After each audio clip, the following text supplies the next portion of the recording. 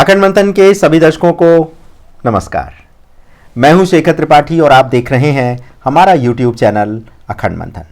होपी सभ्यता की भविष्यवाणियों की इस विशेष वेब सीरीज के तीसरे एपिसोड में आप सभी दर्शकों का हार्दिक स्वागत है, अभिनंदन है। जैसे कि हमने आपको पहले एपिसोड में बताया था कि होपी सभ्यता अमेरिका की सबसे प्राचीन सभ्यता है और ये लोग अमेरिका में आज से भी बहुत पहले से बहुत सा साधारण जीवन व्यतीत कर रहे हैं। इस सभ्यता के लोग आज भी आधुनिक विकास एवं प्रगति से काफ़ी दूर हैं और वे इस प्रगति से इसलिए जुड़ना नहीं चाहते क्योंकि उनका ऐसा विश्वास है कि आधुनिक प्रगति से जुड़ते ही उनका अंत हो जाएगा। तो इस सभ्यता के द्वारा जो भी भविष्यवाणी पहले की गई है वे सारे के सारे लक्षण अब हमें दिखाई देने लगे हैं। तो आइए आपको कुछ ऐसी भविष्यवाणियों से अवगत कराते हैं। तो होपी सभ्यता की भविष्यवाणी में ये कहा गया है कि जब बहुत सारे लोग विनाश की चेतावनी देते हुए आपको सावधान करने लगे तो समझ लीजिए कि संसार के अंत का समय आ गया है। तो इसमें सबसे पहले नाम आता है अखंड मंथन का। जी हाँ, हमने वर्ष 2016 से सोशल मीडिया के माध्यम से ये कार्य आरंभ किया, जिसकी कॉपी अब दूसरे लोग करने लगे हैं। अब देखिए भविष्यवाणियों से जुड़े कितने नए चैनल आपको देखने को मिल जाएंगे और सभी पर बस विनाश से बचने की चेतावनी दी जा रही है। भविष्य मालिका को लेकर के भी कई चैनल अलग अलग तरह से लोगों को सावधान कर रहे हैं। तो जब बहुत से लोग विनाश की बातें करने लगे तो ऐसा करना भी संसार के अंत का संकेत मिलता हुआ दिखाई दे रहा है। ये बात होपी सभ्यता में बहुत पहले ही कह दी गई थी और आज ऐसा होते हुए आप देख भी रहे हैं। इसी सभ्यता में यह भी कहा गया था कि जब बड़े पैमाने पर धरती से यूरेनियम और कोयला निकाला जाएगा तो ये भी धरती के अंत का संकेत होगा। आप देख रहे हैं कि इस समय कोयला और यूरेनियम धरती से अधिक मात्रा में निकाला जा रहा है।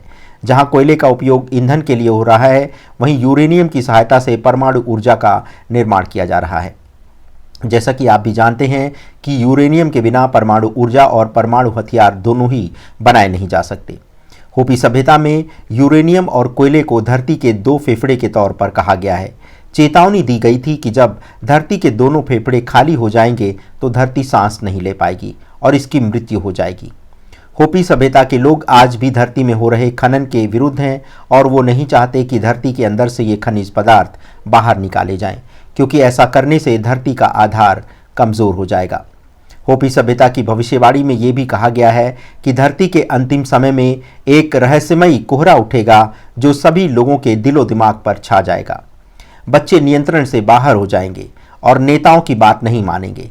तो ये भी इस समय दिख रहा है कि ग्लोबल वार्मिंग के कारण ओजोन परत में छेद हो रहा है और प्रदूषण के धुएं के कारण भी हमारा वायुमंडल प्रदूषित हो रहा है।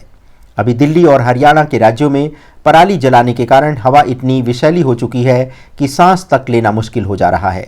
ये भी लिखा गया है कि जब अंत निकट होगा तो हमें आकाशीय पिंड के चारों ओर धुंध ही धुंध दिखाई देगा और जब हमें सारी ऋतुएं देर से आती हुई दिखाई देंगी, यानी सर्दी और गर्मी के मौसम में विलंब होने लगेगा और देर से वसंत का मौसम आएगा, तब समझिए कि हम हिम युग की ओर बढ़ रहे हैं। होपी सभ्यता में एक और बात बहुत आश्चर्यचकित करने वाली है और वो ये है कि इसमें लिखा गया है कि जब तक मानव निर्मित हथियारों का प्रयोग नहीं किया जाएगा तब तक स्थायी शांति नहीं आ पाएगी। तो आप देख रहे हैं कि मानव ने अपनी सुरक्षा के लिए कितने सारे हथियारों का निर्माण किया है और कहीं ऐसा ना हो कि जिन हथियारों का प्रयोग वह अपनी सुरक्षा के लिए करने जा रहा है, कहीं वही हथियार ही उसके अंत का कारण ना बन जाए। इस समय रूस यूक्रेन का युद्ध अभी किसी निर्णय पर नहीं पहुंचा था कि हमास और इजराइल में भी युद्ध आरंभ हो गया। जहां हमास को इस्लामिक देश समर्थन दे रहे हैं और हथियार दे रहे हैं, वहीं इजराइल को अमेरिका और ईसाई देशों का समर्थन मिला हुआ है। ये सभी देश इजराइल को हथियार और सैन्य सहायता उपलब्ध करा रहे हैं। तो क्या इसका अर्थ ये निकाला जाए कि अब मानव निर्मित हथियारों का भरपूर उपयोग हो रहा है और शायद इन्हीं हथियारों के प्रयोग के बाद होने वाले विनाश के कारण संसार में स्थायी शांति आने वाली है। इसी भविष्यवाणी में ये भी कहा गया है कि एक दिन ऐसा भी आएगा जब ऊंचे स्थानों पर लोगों का शिकार किया जाएगा। इसका अर्थ है रॉकेट और बम का प्रहार। आप जानते हैं कि रॉकेट और बम ऊंचे स्थानों से ही गिराए जाते हैं। वर्तमान समय में युद्ध की जो प्रणाली अपनाई जा रही है उसमें भी ऊंचे स्थानों से ही लोगों को शिकार बनाया जा रहा है। इजराइल हमास का युद्ध आप देख ही रहे हैं कि ऊंचे स्थानों से बम गिराकर मानव की बस्तियां तबाह की जा रही हैं। होपी सभ्यता में यह भी कहा गया है कि जब मानव अधिक सभ्य हो जाएगा तो इसका ये अर्थ होगा कि वह अपने विनाश के अंतिम चरण में है। वर्तमान युग को सभ्यता का चरम युग कहा जा सकता है। तो क्या इसका अर्थ ये निकाला जाए कि ये विकसित सभ्यता ही धरती के अंतिम समय का संकेत दे रही है? होपी सभ्यता ने एक और चेतावनी देते हुए कहा था कि जब संसार के कई विकसित राष्ट्र आगे बढ़ने के लिए धरती का अधिक दोहन आरंभ कर देंगे तो यही उनके विनाश का कारण बनेगा। आप देखिए कि इस समय धरती के अंदर से कितनी मूल्यवान धातुओं को बाहर निकाला जा रहा है।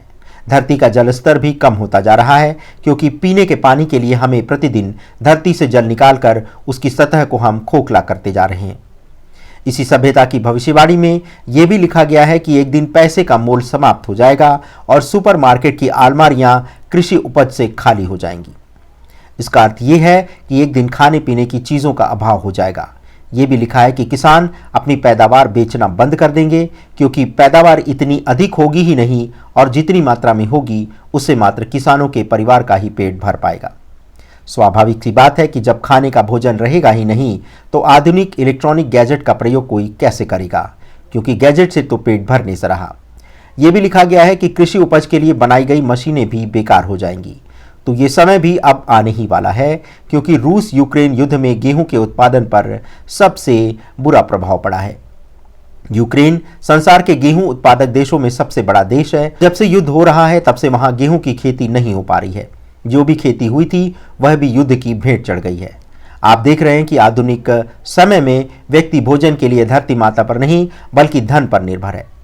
वो यह सोचता है कि यदि धन होगा तो वह भोजन खरीद लेगा, किंतु वह यह नहीं जानता कि यदि भोजन ही नहीं होगा तो वह धन तो क्या किसी भी मूल्यवान धातु से वह भोजन खरीद नहीं पाएगा।